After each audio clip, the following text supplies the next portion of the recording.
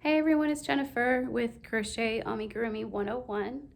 I just wanted to do a quick say hello because we have a lot of new members on our Facebook group and there's a lot of new subscribers on the YouTube channel. So I wanted to put a face behind the voice kind of thing. So, hey, I'm Jennifer.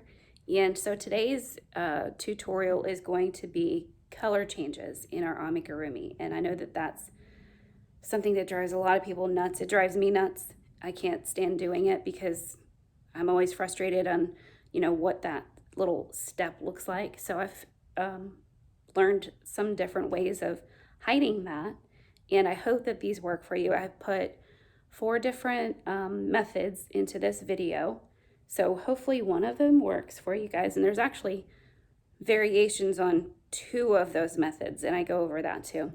But hopefully that will help eliminate that frustration for you guys and get you more into stripes and color changes. For you can make, like a little giraffe, you can make him look like he's wearing a t-shirt and a pair of pants that are different colors. It's endless, the possibilities. If you can see my work in progress right now, this is giving me anxiety. I've had this wall right here.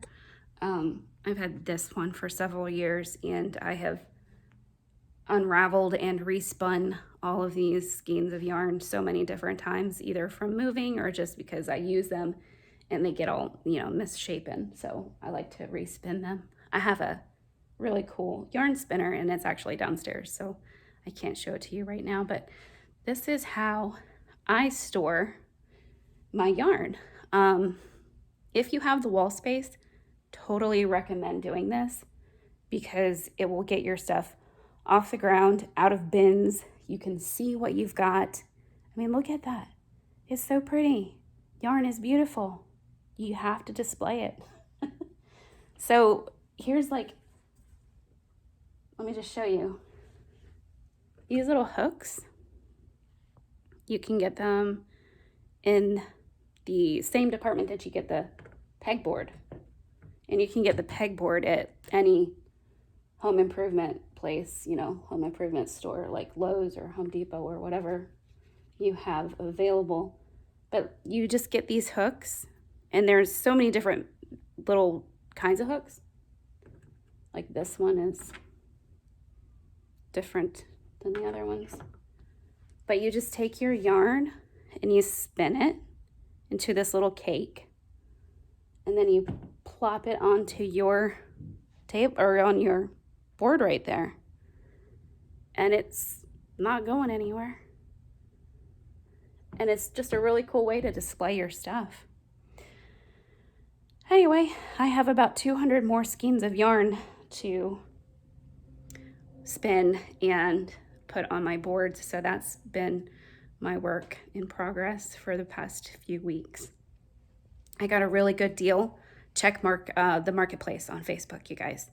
Seriously, I got over 200 skeins of yarn for super cheap. Some lady was downsizing her yarn stash, and I lucked out. So check Facebook for yarn because you can get some really good deals.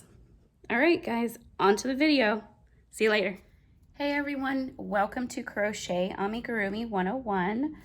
My name's Jennifer, and so today is a tutorial on color changing methods. So there are several different methods on how to do a color change in your amigurumi so that when you're working it around, it doesn't show that jag, because there's always like a little line that appears whenever you're trying to change colors. So we're going to figure out how, or I'm going to show you how to make these lines disappear. See, this is the back of the project, or if you're making a ball, it's going to be seen from all sides, because it's a ball. So you want to try and eliminate that color join as much as possible. So there's one method. Here's another method. And another. and another. So here's 4 different methods on how to join your colors so that you can do it as neatly as possible. There you go. But first, I'm actually going to go over why you get that little jag in your project when you are doing a color change. When you're working in a spiral, here's our magic ring right here. So if you're working in a spiral, you're going to be constantly going over your previous round. So say you start here and you go around and you end here, okay? Now, if we were going to add another color, say we want to add another color to our project, we start here, we go around, but look where we end up is higher than where we started. And so then we have that step. And this is just basically because we're working in a spiral. The first way I'm going to show you is actually my favorite way. And this is how I do it because it's easy and it's fast. And if you're just crocheting along and you have to switch colors, you don't want to have to go through a bunch of hoops just to change a color. So this is my first method of color change. I'm going to I've cut my tail short just for purposes so that I'm not holding on to a bunch of skeins of yarn here. So I'm gonna go into my next available single crochet. Let me zoom in a little bit for you guys.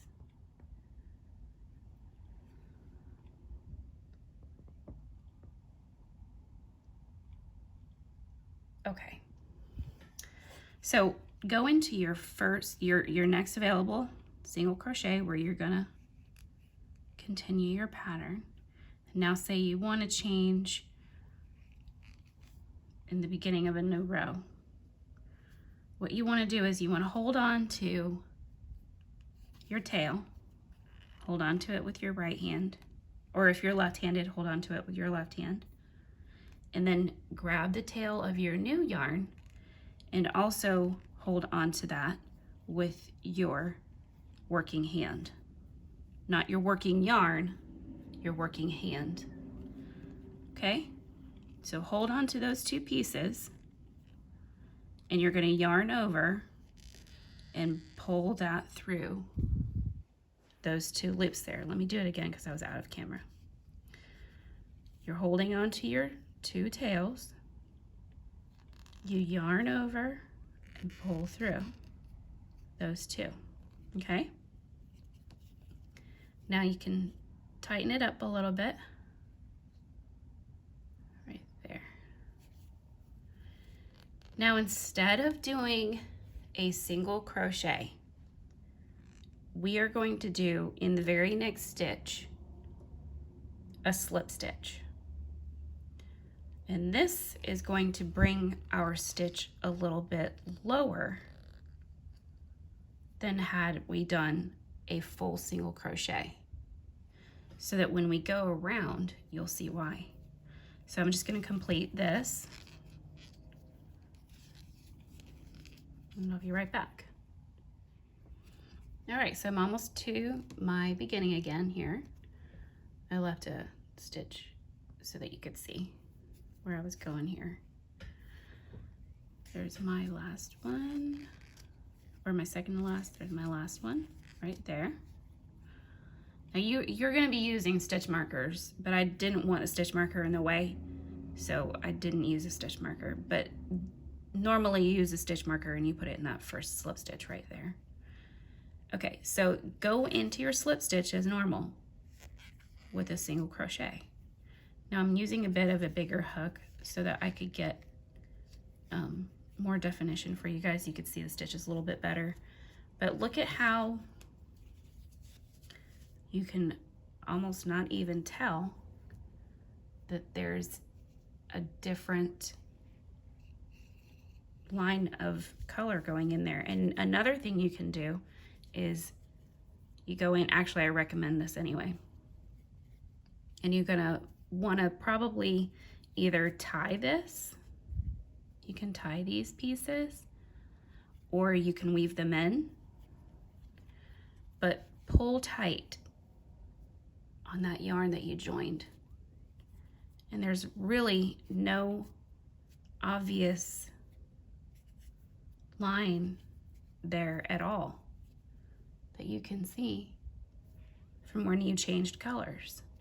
So let me show you that one more time, and I'm going to use my brown yarn because I only have a tiny bit left, but I'm just going to show you real quick.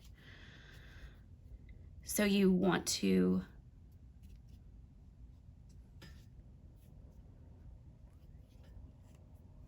act as if you're going to complete your first stitch, and you go into it like that.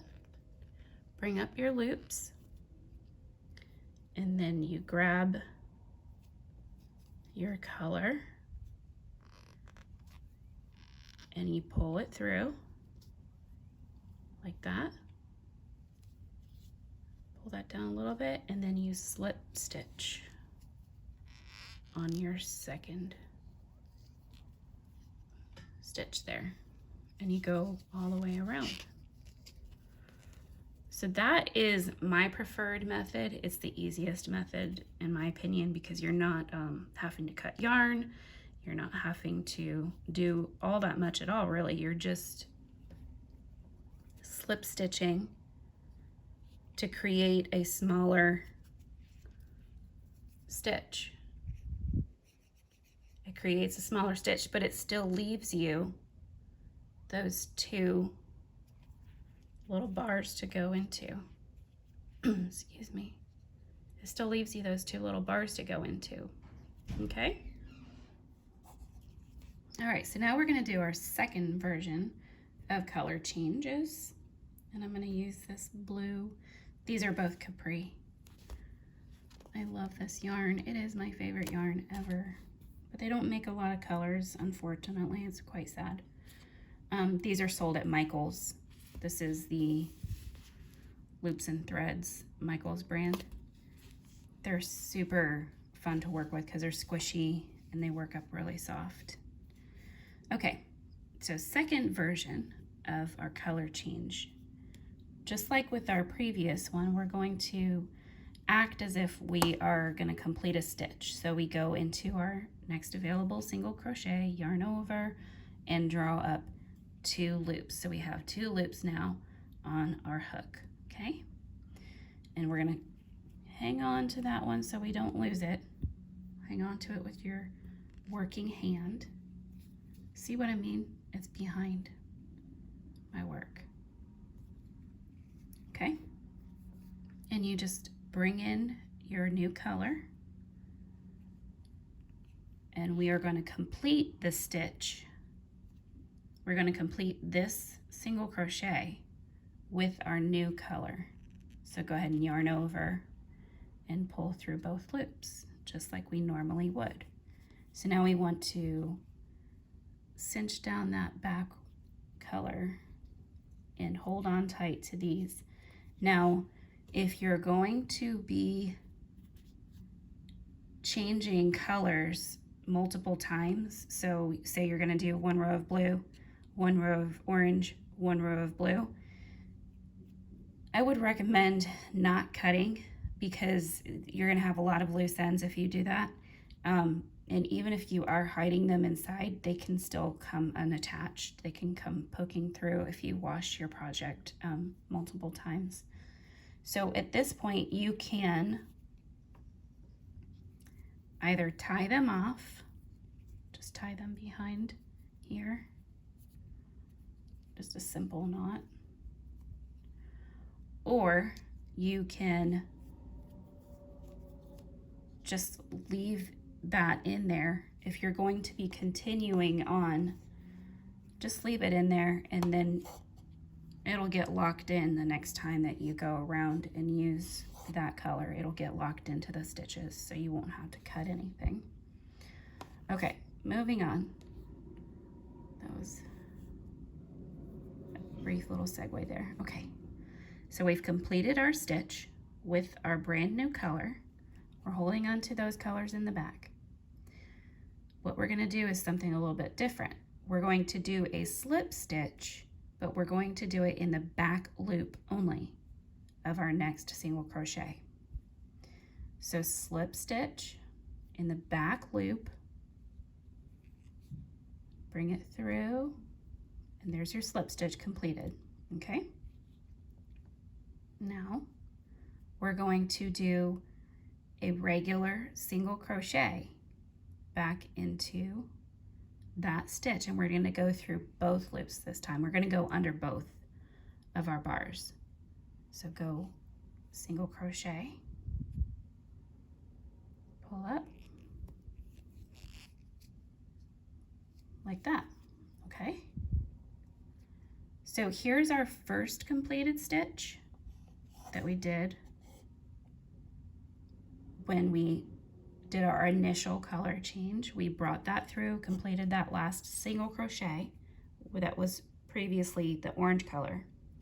And now this is technically the second stitch in our round. So I'm gonna go ahead and finish this all the way around here. If anybody's wondering what kind of hook this is, it's made by Furl. It's super pretty. It looks like coffee with cream in it. I'm using a 4mm because I wanted a little bit more definition of the stitches here. Usually I would use, I prefer a 3.25. I know that's an odd one, but it's my favorite size yarn, hook. But I love this because it's so pretty, and I thought I was gonna get it because I got it like super cheap on a sale. But it's a little bit too inline for me. See that? The way that the neck goes, it's too inline. I like a tapered neck. I will show you a taper. This is a tapered hook, this clover. So there's not much of a space there that the yarn goes into. And this is totally up to you, your preference, but this is a taper. This is an inline, and I prefer tapered. But this one was just too pretty, and I couldn't pass it up. So I deal with it, because I love it. All right, let me finish this up real quick here.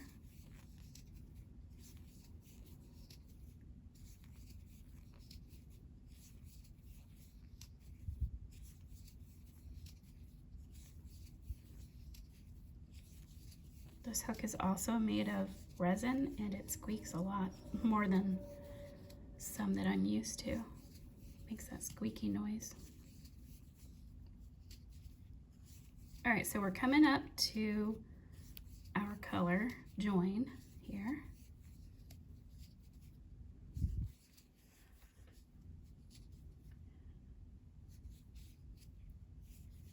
And we're just going to go into that blue single crochet, just as we normally would. Okay, and then on to the next one, which was, this one was hiding our little slip stitch in the back there. We're just gonna go into that as normal. Let me get a few stitches out here so I can hold on to it better. Okay. So now you can see in this version that there's not a huge step. If you go in the back here and you tighten these down, make sure you always do this anyway, because it brings your stitches together. See how just pulling the stitches down eliminated it even further. All right, there we go. So that is the second method of joining colors. So there's a variation on this particular one that I wanted to go ahead and show you as well. And it comes to when we're at the end of our row. This is just a continuation of second version. This is an optional step. You don't have to do it this way if you don't want to. But if you feel that it yields you better results, you are more than welcome to do it this way. It's personal preference. So finish up your row here. That's your last one in that round. So if you wanted to, instead of going into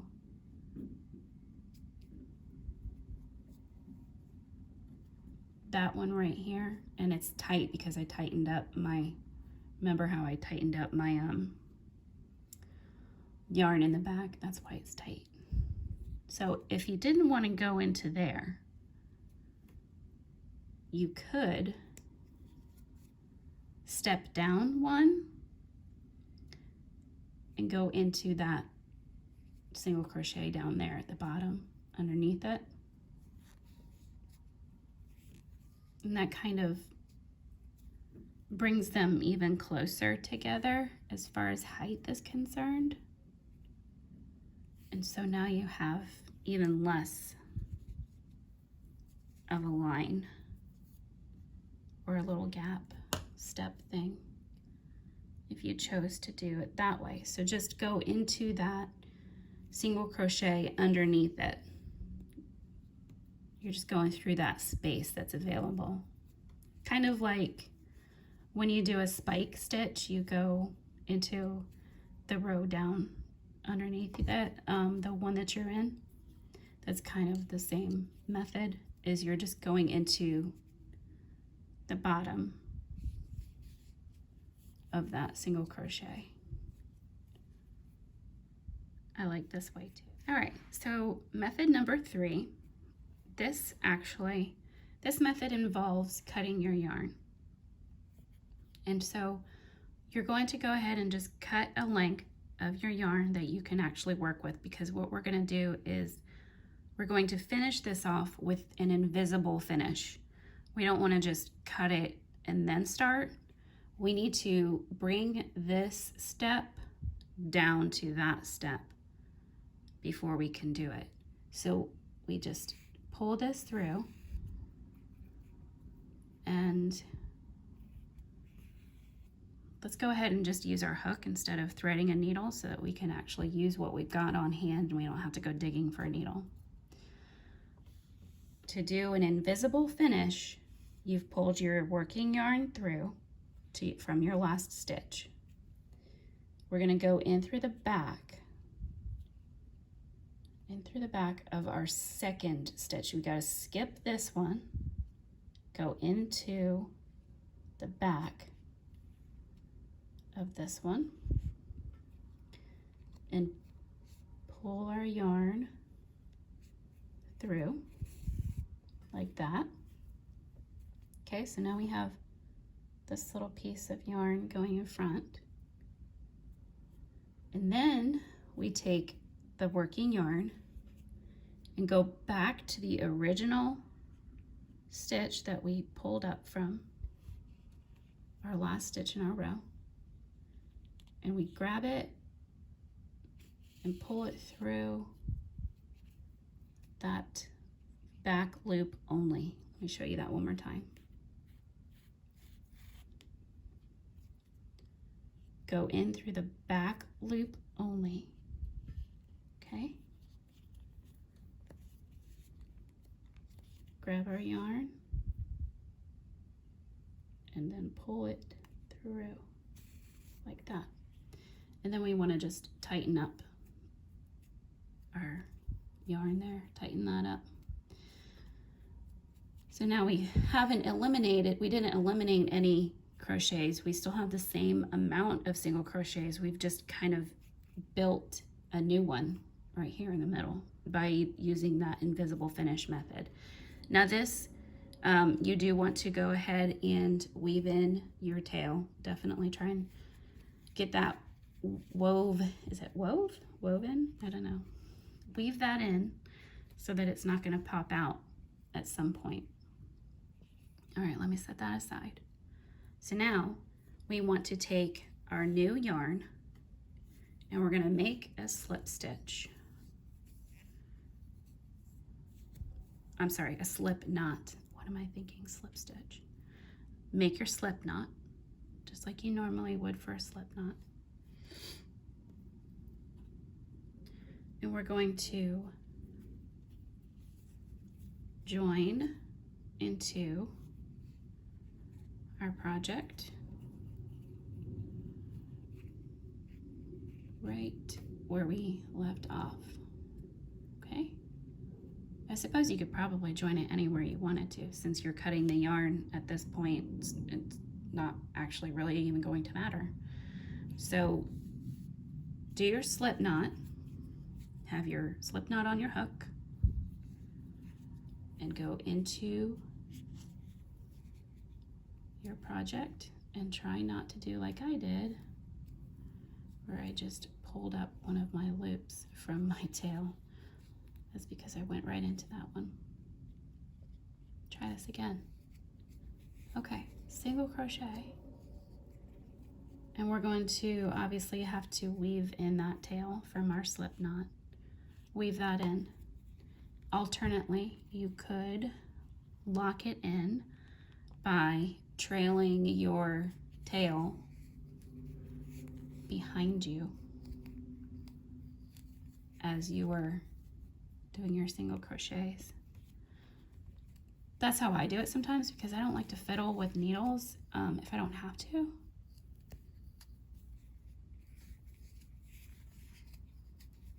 So let me go ahead and do this round, and I will be right back. See how, let me show you the back here.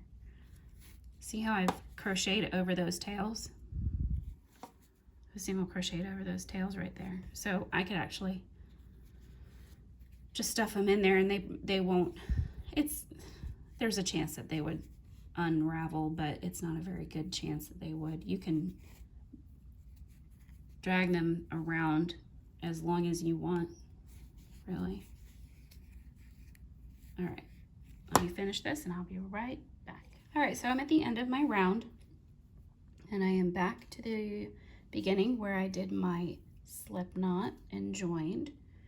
And so you can continue in the round and just basically go into that single crochet from your slip knot, just like that. And you have your nice clean join there.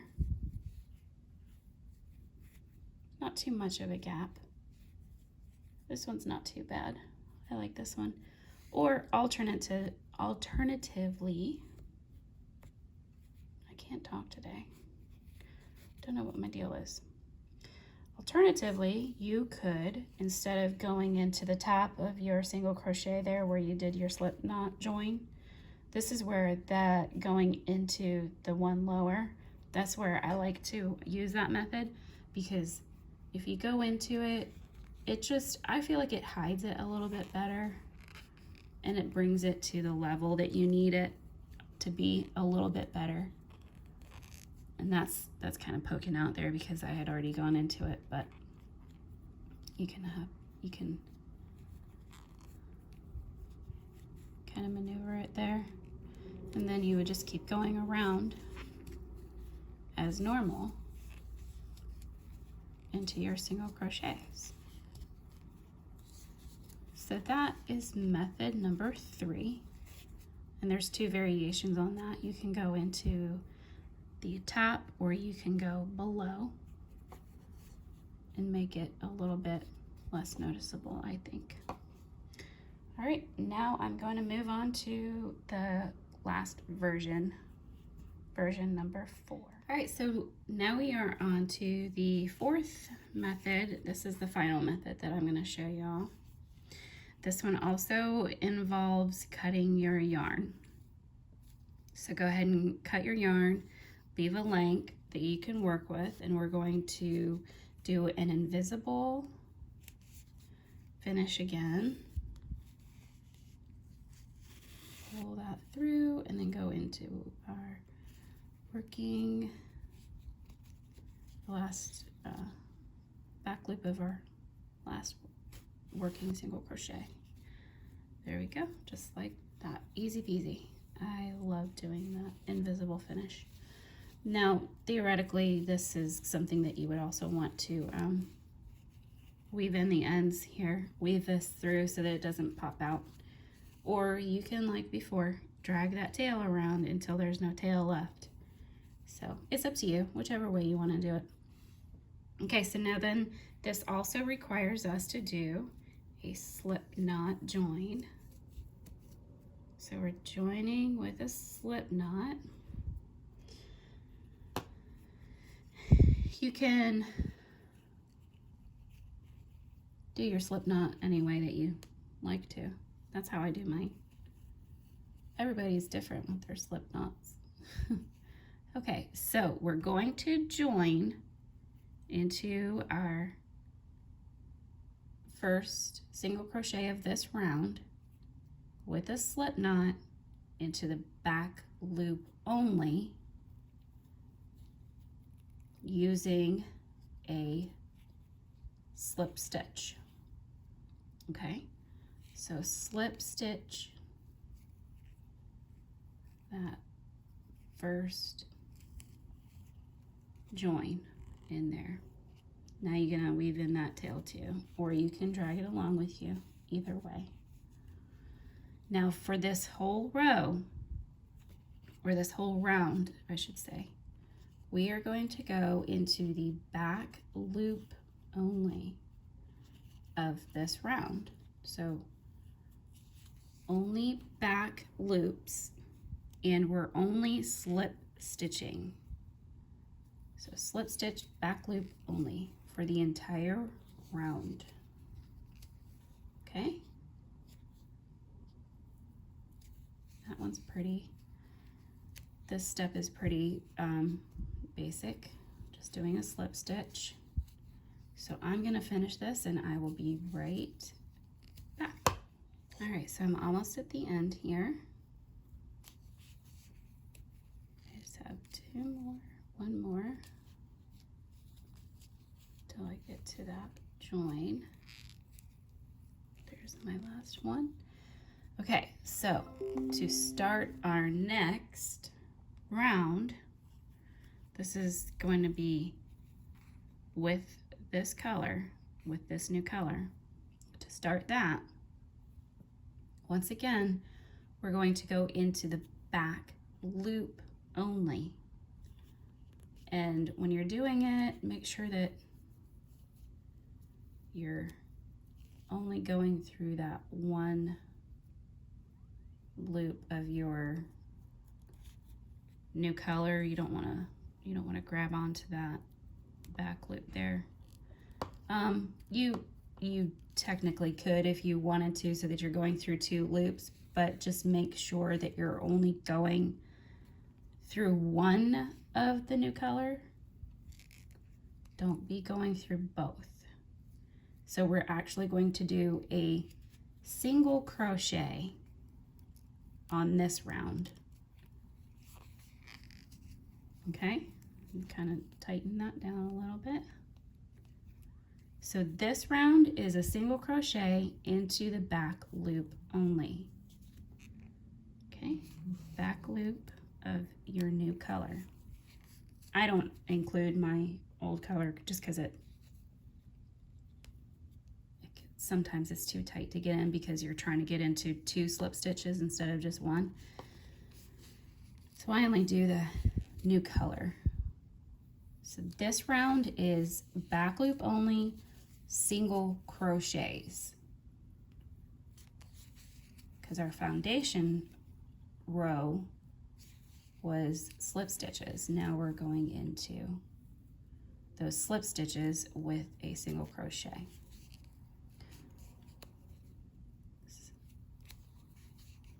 All right, let me finish this up real Almost at my end here, and I wanted to show you when you will see where your single crochets through both loops started, and then this is my last one before I get to both of those. So this is the back loop only still.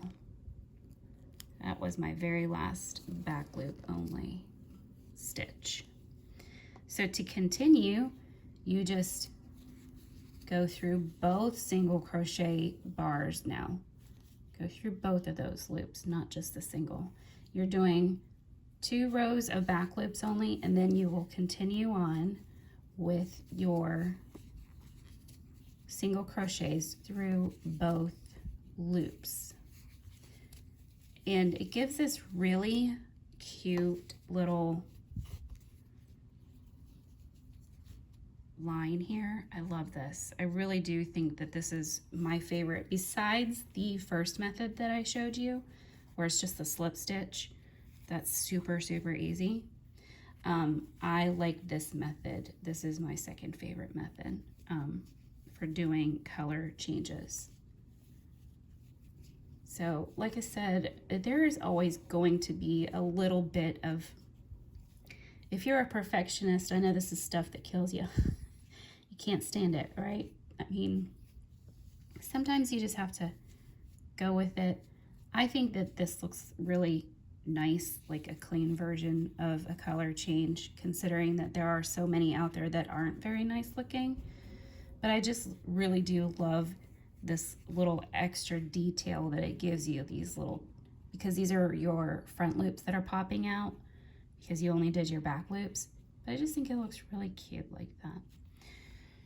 So anyway, that is method number 4, and I hope that, look, I made this one into one of those these water balloons that everybody's making. So I just kind of finished it that way. I was thinking of giving it to my cat and putting some catnip in it, but there's a lot of evidence that shows that putting or giving your cats yarn in any form is not safe, because if they tear it apart, they could actually swallow all of this yarn and it gets tangled up into their intestines, which is really sad. I think that goes for pretty much any animal that chews, so don't give them to your dogs either. But anyway, I thought this would be kind of cute for the kids in the bathtub. Just fill these up and throw them at each other. We'll see how long they last.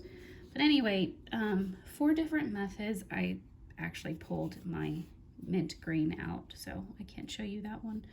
I hope that one of these 4 works for you, and that you actually can look forward to doing projects that have stripes and color changes and fun colors all throughout.